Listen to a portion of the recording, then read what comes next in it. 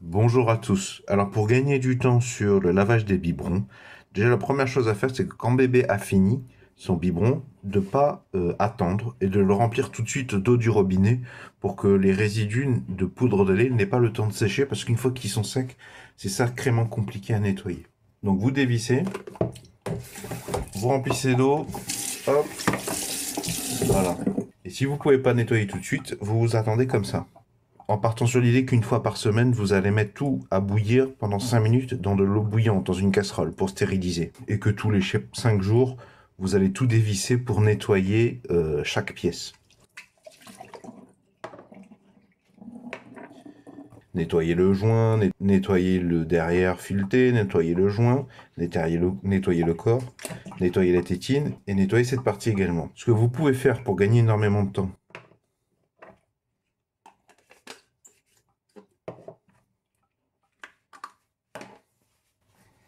bah, au lieu de tout dévisser, tout nettoyer séparément pour tout remonter, vous prenez votre corps là.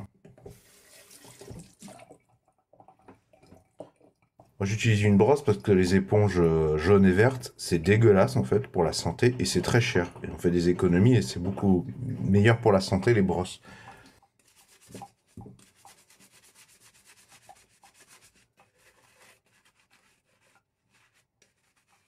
Tu fais ça.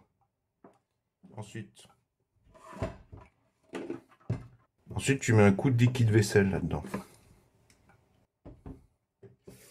Tu mets un peu d'eau. Désolé pour les bruits de lave-linge. Tu prends cette brosse, et bien cette brosse, hein. Je te mets sa référence dans la description sous la vidéo. Pas les brosses avec deux fils en métaux torsadés, parce qu'ils finissent par casser. Tu rentres dedans.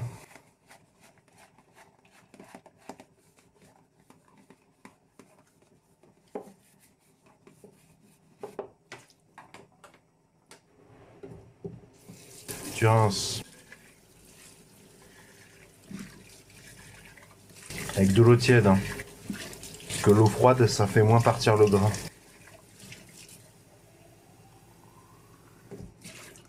Hop, t'as fini, tu mets à égoutter. Et ensuite,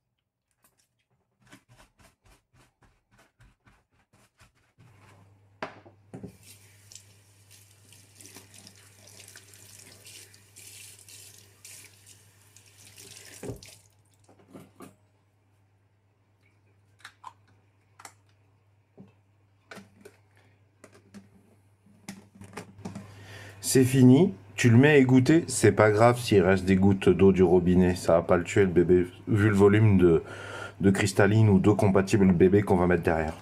Là, c'est déjà prêt en fait, tout à l'heure. Tu le mets à égoutter.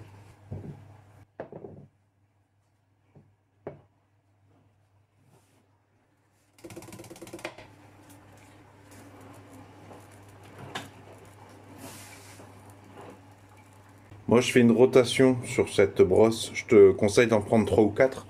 Comme ça, toutes les semaines, t'en prends, tu changes. Celle-là, ça doit faire 2 3 semaines qu'elle sèche ici.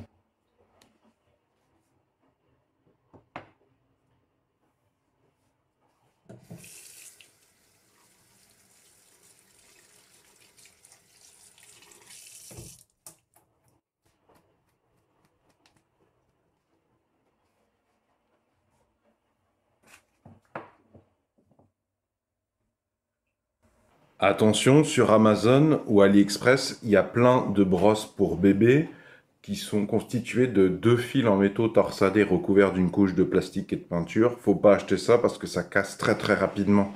Ça dure même pas 4 mois. Nous on en avait 2.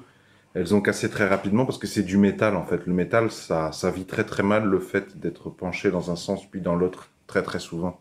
Il faut plutôt une brosse avec un manche en plastique déjà, imputrescible, et un manche déporté. Tu as vu la forme de la brosse, elle a une forme déportée asymétrique et c'est bien pour pouvoir faire le tour du biberon. Et je suis pas gentil avec la brosse. Donc celle-là, elle est assez solide. Malheureusement, elle n'est pas si facile que ça à trouver.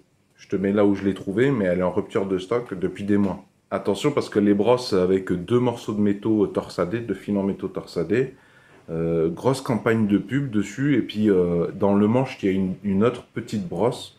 En fait, c'est un gadget complètement inutile. Et puis comme c'est une pièce qui est souvent humide, parce que tu la laves souvent pour faire les biberons, en fait, tu as du champignon qui va apparaître dans le manche qui fait loge, office de loge pour la mini brosse. En fait, c'est parfaitement dégoûtant et pas solide ce machin.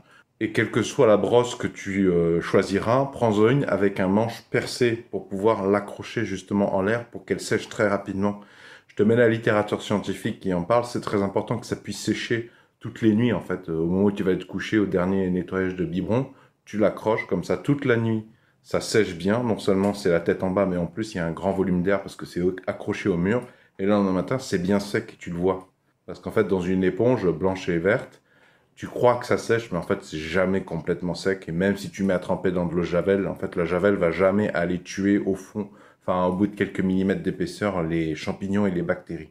Si vous avez apprécié ce sujet, pouvez-vous mettre un pouce vers le haut. S'il vous plaît, pouvez-vous mettre un j'aime.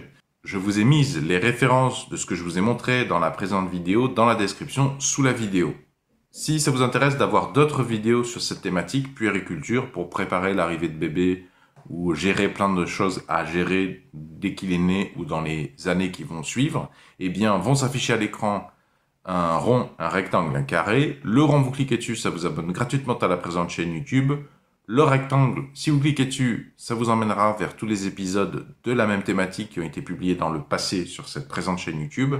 Et le carré, si vous cliquez dessus, ça vous emmène sur une nouvelle page sur laquelle vous avez la possibilité, si vous le souhaitez, de me laisser un pseudo et un mail. Et je vous enverrai les futures vidéos de cette thématique puériculture dans le strict respect de la réglementation générale sur la protection des données. Vous pouvez vous désinscrire n'importe quand.